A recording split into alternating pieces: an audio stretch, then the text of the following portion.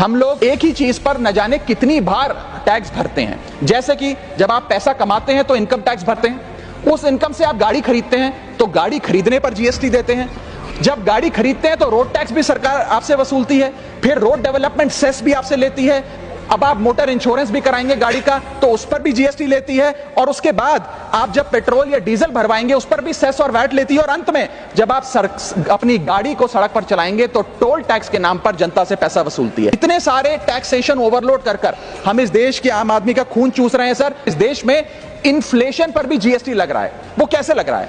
एक प्रोडक्ट जो 100 रुपए का बिकता था उस पर 18% जीएसटी हुआ करता था, आज वो वस्तु महंगी हो गई, 100 से 150 रुपए की बिकने लगी, अब 18% 150 रुपए पे लगने लगा, यानी कि 50 रुपए की जो महंगाई है उस पर भी सरकार जीएसटी लेने लग गई है, which is GST on inflation. में जिन लोगों को अर्थशास्त्र के बारे में जानकारी नहीं है उनकी राय पे अगर बजट बनाएंगे तो इसी प्रकार के फ्लिप फ्लॉप्स देखने को मिलेंगे। क्या हमारे देश की वित्त मंत्री इन्फ्लेशन एडजस्टेड प्रॉफिट्स में विश्वास नहीं रखती? क्या उन्हें इन्फ्लेशन का ज्ञान नहीं है? क्या वो जानती नहीं कि इस देश में महंगाई एक प्लेग की तरह फैलती जा रही है? सरकार का एक सूत्री मिशन है टैक्स, सरकार का कमीशन है टैक्स।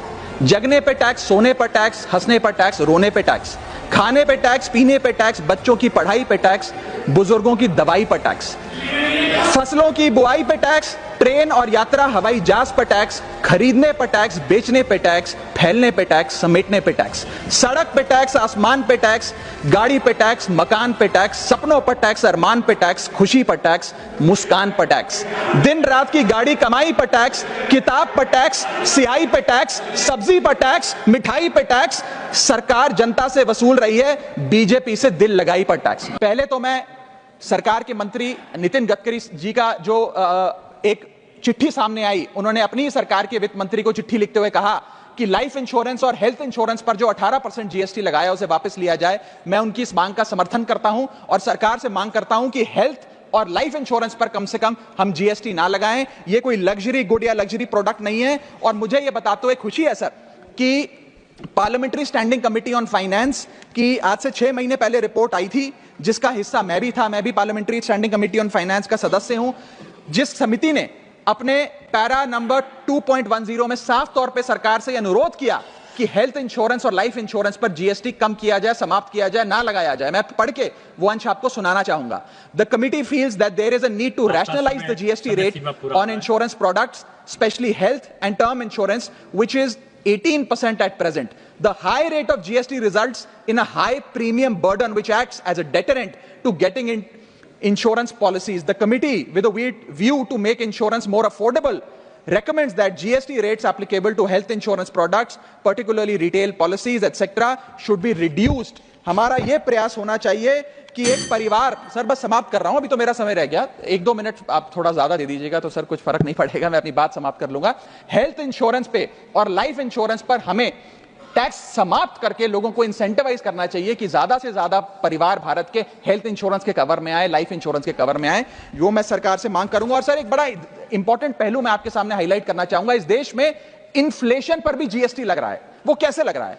एक प्रोडक्ट जो 100 रुपए का बिकता था उस पर 18% जीएसटी हुआ करता था, आज वो वस्तु महंगी हो गई, 100 से 150 रुपए की बिकने लगी, अब 18% 150 रुपए पे लगने लगा, यानी कि 50 रुपए की जो महंगाई है उस पर भी सरकार जीएसटी लेने लग गई है, which is GST on inflation. मैं चाहूंगा कि सरकार इस पर विचार करे। और अंत में सर अपनी बात समाप्त करने से पहले एक और दिलचस्प मुद्दा आपके समक्ष रखना चाहूंगा, which is problem of multiple taxation. हम लोग एक ही चीज पर न जाने कितनी बार टैक्स भरते हैं। जैसे कि जब आप पैसा कमाते हैं तो इनकम टैक्स भरते हैं, उस इनकम से आप गाड़ी खरीदते हैं तो गाड़ी खरीदने पर जीएसटी देते हैं, जब गाड़ी खरीदते हैं तो रोड टैक्स भी सरकार आपसे वसूलती है, फिर रोड डेवलपमेंट सेस भी आपसे लेती है, अब आप मोटर इंश्योरेंस भी कराएंगे गाड़ी का तो उस पर भी जीएसटी लेती है, और उसके बाद आप जब पेट्रोल या डीजल भरवाएंगे उस पर भी सेस और वैट लेती है, और अंत में जब आप अपनी गाड़ी को सड़क पर चलाएंगे तो टोल टैक्स के नाम पर जनता से पैसा वसूलती है।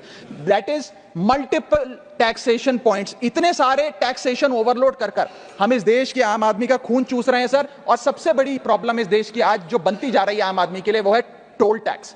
सांसद और मंत्री को टोल टैक्स नहीं देना पड़ता, हमें छूट है टोल टैक्स से, लेकिन इस देश के आम आदमी को हर जगह टोल टैक्स देना पड़ता है। एक रिपोर्ट के मुताबिक हाईवे पे 2 रुपए प्रति किलोमीटर का टोल टैक्स इस देश के आम आदमी को भरना पड़ता है। और अंत में अपनी बात खत्म करूंगा मैं एक कविता सुनाकर, थोड़ा सा सर और इंटेलिजेंस चाहूंगा। और इस टैक्स रिजीम के बारे में 4 पंक्तियां लिखी हैं सर, मैं आपके सामने पेश करना चाहूंगा।